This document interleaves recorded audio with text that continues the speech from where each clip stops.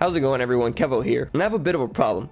I'm kind of a pessimist when it comes to modern video games. A good part of that is just nostalgia convincing me things were better before, sure, but I think we can all admit the gaming industry is a shell of its former self. Oh boy, look at all this extra content. I sure hope it's included in the remake.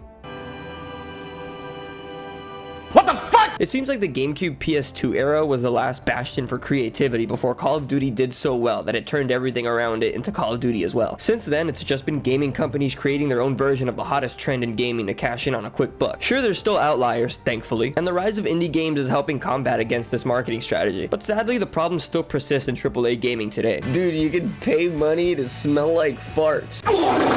Having said all this, you could imagine what my reaction was when Marvel announced that they'd be making an Overwatch clone. Wanna see? Throw away a bunch of money.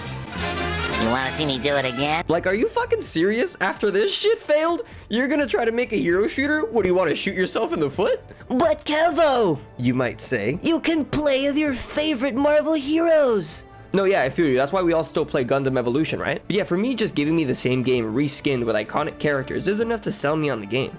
Even if it is free. Because I know them skins ain't. Thankfully, Marvel Rivals does do a few things to make itself feel unique that I feel like are worth highlighting. And though I can't see this game fully topping Overwatch as the #1 new hero shooter, it's definitely got the best chance of competing with it. I guess I should just start by explaining what Marvel Rivals is for those unaware of what I mean when I call it an Overwatch clone. So Overwatch 2 is a free-to-play PvP hero shooter where you and your teammates push and defend a payload or hold a point to the best of your ability using different skills, right? Marvel Rivals is also a free-to-play PvP shooter where you and your teammates push and defend a payload or hold a point to the best of your ability using different skills. But it's in third person. I'm just kidding, there's more to it than that. For one, they did manage to make some of the characters feel unique. I say some because you've also got characters like Magneto, who's just Sigma, and Black Widow, who's of course just Widowmaker, at least in one aspect in particular, her sniper rifle. She actually has access to melee attacks, this cool kick, and a sprint. Most of the characters are like this. They feel like an Overwatch character, but with enough change to make them feel fresh. Punisher is kind of like Soldier 76, Hawkeye is like Hanzo, and the Hulk is kind of like Winton. Though they actually let you play as Bruce Banner, which, while it can be annoying, it's cool that they even thought to add this. I mean, they didn't have to. The rest of the roster feels really fresh in my opinion. Cloak and Dagger is a healer, but being able to switch between a healing focused or attack focused set of skills by switching characters on the fly is really useful. It's like a better version of Moira in Overwatch 2, since she's just one gal, so she can only split her focus 50-50. Venom, Spidey, Thor, Iron Fist, Magic, and Groot all feel super fun and unique, and I can't really compare them to anything in Overwatch. Like, yeah, Groot has walls like Mei, but he's also a tank, and Mei's a DPS character. Plus, it just makes sense for him to have walls. I mean, he is Groot. I am Groot! With so many of your favorite Marvel heroes playable, your friends are probably going to want to form your favorite iconic team-ups from Marvel history. Doing this is actually extremely beneficial. Players can make use of dynamic hero synergy, which further maximizes their character's combat efficiency by granting stat bonuses like increased health or damage, and in some cases gives you access to unique moves between specific characters like Hulk and Logan. Thor could throw you, teammate, or Hulk could throw you. Go back to Hulk. Ready, runt? Yeah, I launched it too low. Rocket can provide infinite ammo for Punisher and Winter Soldier when they stand in range of his ammo device. Cap gets a movement boost and thunder damage when partnered with Thor and Storm. And Venom shares his symbiote with Spider-Man and Penny Parker, allowing them to convert it into explosive spikes that do damage and drive enemies back. It's Venom time! So the team combinations add a unique element to the game that's unheard of in most Overwatch clones, and it's paid off in strides. Everyone and their mother is playing this game right now, and Overwatch 2 is dead as shit by comparison, although it could just be because this game is new and trending. Helldivers 2 just released a new update around the same time Marvel Rivals released, and I got a few friends who play Helldivers 2, but I can't for the life of me pry them away from Marvel Rivals to try it out. And I don't understand why, because it's a new game with new things to do instead of the same shit you've been doing since Overwatch 1. I'm sorry, I'm trying to be objective for this because I can understand the appeal, but I mean, fuck, how much longer are we gonna eat this soulless shit up? How many times can they repackage the same experience over and over again before people get tired? I found myself very conflicted making this video. On one hand, I want to review the game without any bias, but I don't have as much to say as I do about why I hate how popular games like this get when stuff that has so much more work put into it goes unrecognized. Like, why would I want to get blamed for throwing in a competitive match in a game no one's gonna care about their rank in by summer, when I could immerse myself in an actual story and spread democracy?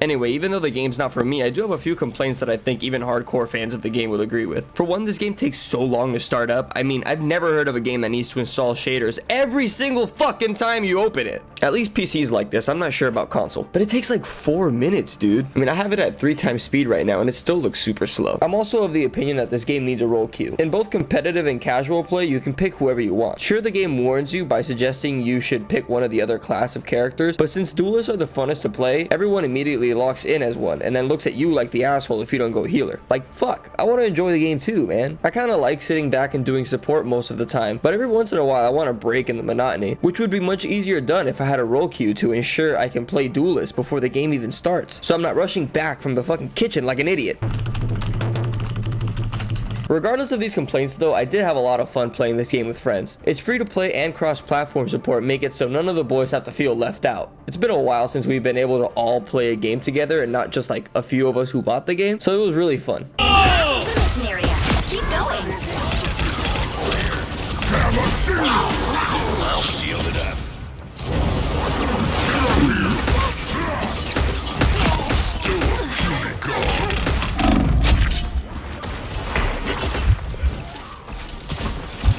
A nice deep freeze. He's so strong, bro. He is so strong. All you need to do is capture the mission area. Got it? Got it. Yaga! Look at you. 27th, they said they're dropping a magic skin on the 27th. But have you seen it? It looks like the pick is on the 27th, and so is Venom. But Jeff the Lion Strike, you get his free skin now, so that's cool. Are you okay? Knew it. The battle Damn, starts that in is banging. 5, Okay, do it 4, again. 3, 2, 1. All you need to do Right is in my capture face. the mission. Before I end this video, I actually have one more complaint I just remembered, and it's about the in-game currency, or just the lack of in-game content in general. I mean, there's like 1 or 2 skins that you can unlock right now just by playing the game. And I understand the game is free, so it's not like it owes me anything, but shit, it would be nice to have a few unlockables for those of us who don't want to spend money on your game. And it's got like 3 different types of currency. I can't understand why. It's so fucking confusing. The purple ones you can use to unlock stuff in the battle pass, and then I think you could also turn the purple ones into the gold ones, and then the gold ones into the blue ones. I don't know. For what purpose, I'm not sure. But you can do that. I understand having 1 currency for skins and 1 currency to unlock parts of the battle pass, even though you could just have done that automatically for me. But still, I get it. But I don't understand the 3rd one. But yeah, I think I've covered all I really had to say on the matter. I mean, this isn't really my kind of game. I just wanted to cover it because it's popular right now. My synopsis is I think it's good, but I don't think it's really going to top Overwatch. I mean, I feel like this game won't retain its popularity for longer than like a year, but I could be wrong. I'd love to be wrong. And it's not even the game's fault I feel this way. I just have this pessimistic view where I'm like, people are robots and they're just gonna go back to doing the same shit they were always doing. But at the same time, God knows Overwatch needs some fucking competition, right? Yeah, I mean, if you agree, leave a comment saying why you agree. If you disagree, which you probably will, you could also leave a comment telling me why I'm wrong. That's completely fine. I also want to take this time to say I appreciate all the comments left in my last video, the video game music one. I got a lot of positive feedback on that, and I just really wanted to say thank you to everybody who has discovered the channel recently and left a like or even subscribed. You really don't know how much it means to me. This is also going to be my last video of the year, so Happy New Year. Thanks for watching, and I'll see you guys in the next video.